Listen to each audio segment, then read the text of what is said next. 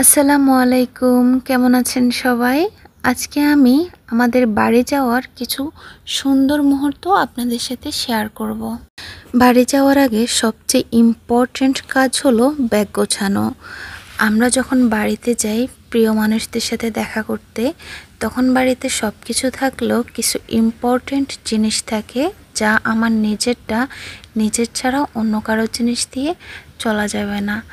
তো আমি যখন বাড়ি যাই এর আগে আমি খুব বুঝে শুনে গুরুত্ব দিয়ে আমার কি লাগবে সব জিনিস আমি আগে থেকে প্ল্যান করে নেই, তারপর একটু একটু করে সব কিছু গুছিয়ে ফেলি। আসলে যারাই পড়াশোনা অথবা চাকরির সূত্রে অথবা হাজবেন্ডের জব লোকেশন দূরে হওয়ার কারণে প্রিয়জনদের কাছ থেকে দূরে থাকতে হয়, তাদের এই ব্যাগ গোছানোর সময়টা যে কতটা আনন্দের মুহূর্তে শুধু যারাই প্রিয়জন ছেড়ে দূরে থাকে তারাই এই মুহূর্তটা ফিল করতে পারবে। তো দেখতেই পাচ্ছেন আমার ব্যাগ প্রায় গোছানো হয়ে গিয়েছে। আপনারা আজকে কে কোথা থেকে আমার এই ভিডিওটা দেখছেন তা অবশ্যই কমেন্ট বক্সে শেয়ার করে জানাবেন, এবং আপনারা যারা বাহিরে থাকেন তাদের বাড়িতে যাওয়ার অনুভূতিটা আমার কমেন্ট বক্সে জানাতে ভুলবেন না। আজকে যেহেতু আমরা ঈদুল আজহা উপলক্ষে বাড়িতে যাচ্ছি, সেহেতু গাড়িতে ওঠার পর থেকেই গরু বাজার দেখতে দেখতে যাচ্ছিলাম। আর ভীষণ ভালো লাগছিল গরু বাজার দেখতে, কারণ আমরা যারা নারী আছি বা মেয়ে আছি তারা ছোটোবেলা থেকে একটু বড় হয়ে যাওয়ার পর গরু বাজারে যাওয়ার আর কোনো সুযোগ থাকে না। তো এই জিনিসটা দেখাটাও একটা ভাগ্যের ব্যাপার। আমার কাছে তো খুবই ভালো লাগছে, তাই আপনাদের সাথে এই ক্লিপটা শেয়ার করলাম। এখন আমি মেঘনা নদীর উপর দিয়ে যাব।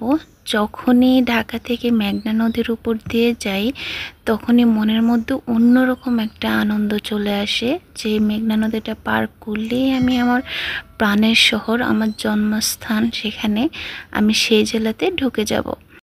আমরা বাড়ি যাওয়ার সময়টা ছিল একদম পড়ন্ত বিকেলবেলা। তো ওই সময়টা মেঘনা নদীর উপর দিয়ে যাওয়ার সময় এতটা সুন্দর দেখাচ্ছিল নদীটা, আবহাওয়া আর নদী দুটোই একসাথে মিলেমিশে যেন একাকার হয়ে গেছে। এই সুন্দর সুন্দর দৃশ্যগুলো দেখার জন্যই বারবার ইচ্ছে করে বাড়িতে ফিরে যাই।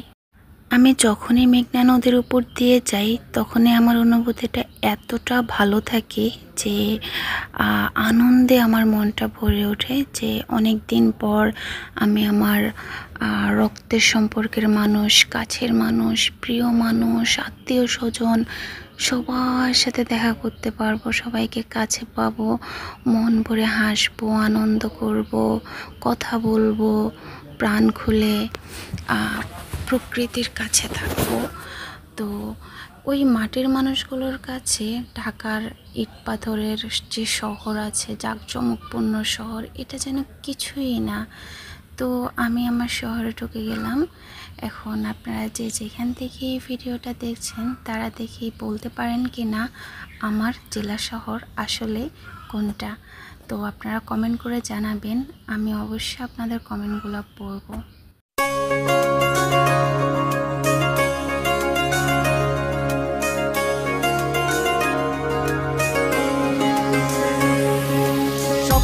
টানে দিলাম পাড়ি অচিন পথে আপন ছাড়ি,